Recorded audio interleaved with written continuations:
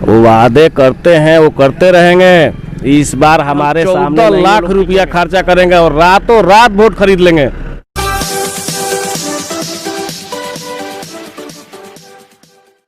नमस्कार, मैं सचिन और आप देख रहे हैं गौरव विहार। अभी हम लोग बनपुरा पंचायत में हैं और बनपुरा पंचायत से मुखिया के प्रत्याशी हम लोग के साथ विजय सिंह हैं। आइए इनसे जानते हैं कि चुनावी इनका मुद्दा क्या है। सबसे पहले इस चैनल को देखने वाले जितने भी पब्लिक हैं, माँ बहन भाई, उन सबको हम नमस्कार करते हैं और हम अपना बात शुरू करते हैं। तो ये तीसरा चुनाव हमारा हो गया है। 2 चुनाव इसके पहले हम मुखिया का लड़ चुके हैं, बहुत अच्छा लोगों का सपोर्ट मिला। तीसरा सबसे अच्छा सपोर्ट मिल रहा है। जो भी कैंडिडेट हैं वो शायद बहुत पीछे छूट गए हैं। वो लोग सोच रहे हैं कि भाई अब क्या किया जाए।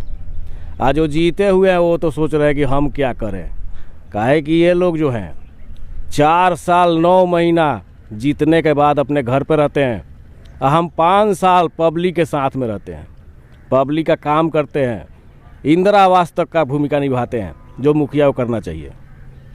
आज जा कर के देखिए, 2001 से लेकर के 2021 तक जितने भी लोग हैं उनका इंदिरा आवास में ठगना, जो भी आए वो ठगते ही चले गए, ठगते चले गए।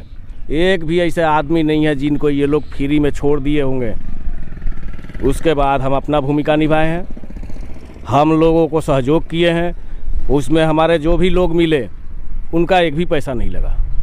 उनका घर तक हम बनवाएं, अपने से जा करके उनको ईंट बालू उधार दिलवा करके, फिर दूसरा किस्त मिला उसे मेंटेन किए, फिर तीसरा किस्त मिला, पूरा पैसा उन लोगों को दिलवा दिए।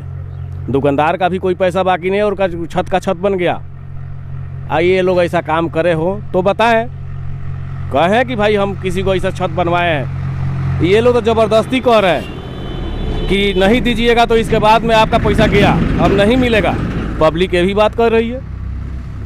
तो हम वृद्धा पेंशन में, आप कोरोना काल में देखिए, कोरोना काल में हमारे ही स्कूल पर, श्रीस्तापुर स्कूल पर, वहाँ सेंटर चल रहा था। तो बाहर से जितने लोग आए थे, तो प्रत्याशियों का मतलब है ना, यहाँ के प्रत्याशी जीते हुए जो भी कैंडिडेट हैं उनका मतलब है, चाहे लड़ने वाले प्रत्याशी हैं वो लोग भी उसमें मदद करें, मगर कोई दिखाई नहीं देता है। मात्र एक हरेंद्र सिंह ही है जो वहाँ पर पहुँचा। उस तरह से कैसे के लोग खा रहे हैं, कैसे रह रहे हैं, कोई खोजने पूछने वाला नहीं है।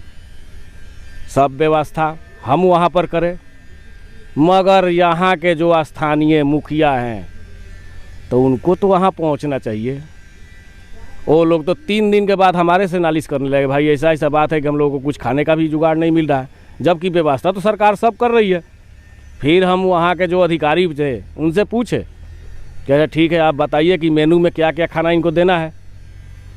तो उस बताए कि भाई ऐसे ऐसे है, मेनू लगा दीजिए, दीवार पे चिपकाइए और मेनू देख करके ये सभी लोग खाना खाएंगे। वैसे खाना बनना शुरू हो गया। तो ये आप लोग काहे नहीं पूछे? जो भी प्रत्याशी है नहीं पूछते, बस 4 साल 9 महीना अपने घर पे सोए रहेंगे और सोने के बाद वो 3 महीने के लिए जगते हैं कि विकास हम करेंगे। क्या विकास करेंगे? अगर विकास करेंगे तो 5 साल पहले से विकास करना चाहिए ना। जो लोग ठगा रहा है उसको रुकना चाहिए कि भाई नहीं, हम हैं, आप नहीं ठगाइएगा। तो वादा वैसा कीजिए, काम कीजिए। ये लोग 3 महीना पहले वादा करते हैं और उसके बाद काम समाप्त।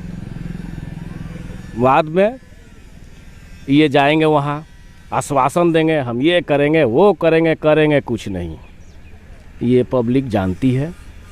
और नहीं तो आप जा करके हमारे पंचायत में पूछ लीजिए कि इस समय सबसे बेटर कौन है, ईमानदार कौन है और बेईमान लोग कितने हैं।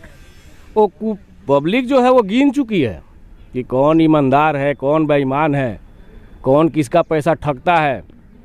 ये इंदिरा आवास सहायक जो सरकार चला रही है तो गरीबों के लिए चला रही है। सरकार का पैसा तो पूरा पूरा आता है, वो कहाँ कोई पैसा घूस मांगता है।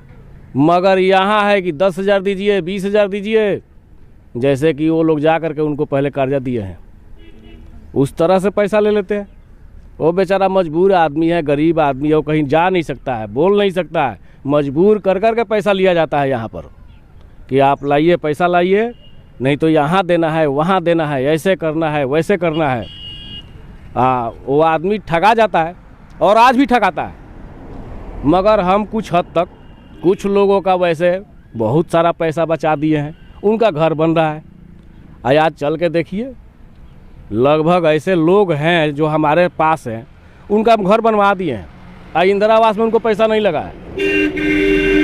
ये लोग हैं कि अगर वो अपना पैसा उठा लेता तो आधा उसको दे देगा, तो आधा तो बेचारा वो खा जाता है। तो आधा खाने के बाद घर कैसे बनेगा?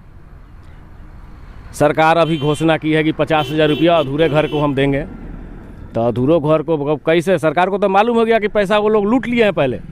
ये 2001 से लेकर के उधर 6 तक, 6 के बाद 11 तक, उसके पहले का 10 के पहले जो भी इंदिरा आवास हुआ है उनको 50,000 रुपये सरकार देने का घोषणा की है कि भाई दे करके भी हम उनका छत बनवाएं।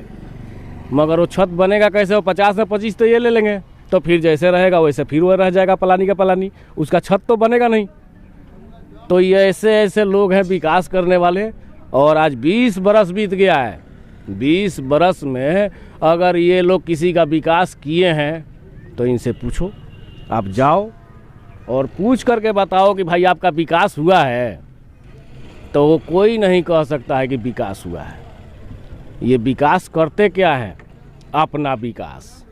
अपना विकास करते हैं कि भाई किसी तरह से हमारा घर बन जाए, बैंक बैलेंस हो जाए, लोगों को कम से कम 15 से 20,000 रुपया एक आदमी का ठग लो और ठग करके अपना आराम से ज़िंदगी जियो। आगे चुनाव जीतेंगे या हारेंगे उसे मतलब नहीं है।